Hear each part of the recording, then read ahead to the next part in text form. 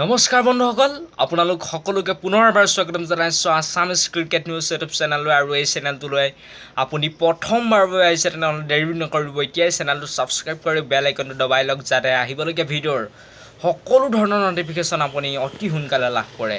তেনেহ'লে বলক বন্ধুসকল, আজিৰ ভিডিঅ'টো আৰম্ভ কৰোঁ। আৰু আজিৰ ভিডিঅ'টো কিহৰ ওপৰত হ'বলৈ গৈ আছে হয়তো আপোনালোকে গমেই পাইছে যে আজিৰ ভিডিঅ'টো হ'বলৈ গৈ আছে ভাৰতীয় ক্ৰিকেট দলৰ এসময়ৰ জনপ্ৰিয় ক্ৰিকেটাৰ দীনেশ কাৰ্তিকৰ ওপৰত। আৰু তেখেতৰ আজি যি জন্মদিন আৰু তেখেতৰ জন্মদিনৰ শুভেচ্ছা আছামিজ ক্ৰিকেট নিউজ ইউটিউব চেনেলৰ পৰা তেখেতক জন্মদিনৰ আন্তৰিক শুভেচ্ছা জ্ঞাপন কৰিছোঁ। তাৰ লগতে আজি ভিডিঅ'টো আপোনালোকে শেষলৈকে চাই থাকিলে দীনেশ কাৰ্তিকৰ জন্মৰ পৰা বৰ্তমান সময়লৈকে তেখেতৰ কিছু কথা জানিব পাৰিব। তেনেহ'লে ভিডিঅ'টো শেষলৈকে চাই থাকক। দীনেশ কাৰ্তিকৰ জন্ম হৈছিল 1985 চনৰ 1 জুন তাৰিখে আৰু তেখেতে চেন্নাইত জন্মগ্ৰহণ কৰিছিল। আৰু তেখেতে 10 বছৰমানৰ পৰাই তেখেতে ক্ৰিকেট খেলা আৰম্ভ কৰিছিল। আৰু তেখেতৰ পিতৃয়ে বহুতো সহায় কৰিছিল। আৰু তেখেতক পোনপ্ৰথমে পিতৃয়ে ক্ৰিকেটৰ প্ৰতি অনুপ্ৰাণিত কৰাৰ লগতে 1999 চনত তেখেতে পোনপ্ৰথমবাৰৰ বাবে 14 বছৰ অনুৰ্ধত ক্ৰিকেট খেলিছিল।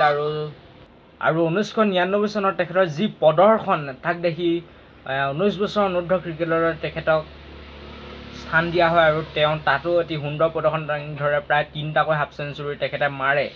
তাৰ প্ৰতি লক্ষ্য ৰাখি তেখেতে 2004 চনৰ ছেপ্টেম্বৰ মাহত অষ্ট্ৰেলিয়াৰ বিৰুদ্ধে ভাৰতীয় ক্ৰিকেট দলৰ হৈ প্ৰথমখন তেখেতে খেল খেলে। আৰু তেখেতে বৰ্তমান সময়ত 2004 চনৰ পৰা 2021 চনৰ প্ৰায় 16টা বছৰ অতিক্ৰম কৰিছে তেখেতে ক্ৰিকেট খেলি আছে। আৰু তেখেত বৰ্তমান সময়ত কলকাতা নাইট ৰাইডাৰ্ছৰ ভাইচ কেপ্টেইন হয় আৰু তামিলনাডু ক্ৰিকেট টীমৰ বৰ্তমান সময়ৰ অধিনায়ক হয়। আৰু কলকাতা নাইট ৰাইডাৰ্ছত তেখেতে 2 বছৰকৈ তেখেতে অধিনায়কত্ব কৰিছিল আৰু অধিনায়ক তেখেতে এৰি দিয়া হয়, কোনো ধৰণৰ অৱসৰ লোৱা নাছিল। আৰু বৰ্তমান সময়ৰ ইগনমাৰ্গনে কেপ্টেইনশ্বিপ কৰি আছে আৰু তেখেত ভাইচ কেপ্টেইন হয়। আৰু তেখেতে যি তামিলনাডু ক্ৰিকেট টীমৰ বৰ্তমান সময়ৰ অধিনায়ক। আৰু 2020 চনৰ ছৈয়দ মুস্তাক আলী ট্ৰফীত তেখেতে তামিলনাডুক জয় হোৱাত দিবলৈ সক্ষম হৈছিল। আৰু বৰ্তমান সময়ত আমি আহিছোঁ তেখেতে এদিনীয়া টেষ্ট আৰু T20ত কিমান ৰান মাৰিছিল তাৰ বিষয়ে আমি জানি লওঁ আহক।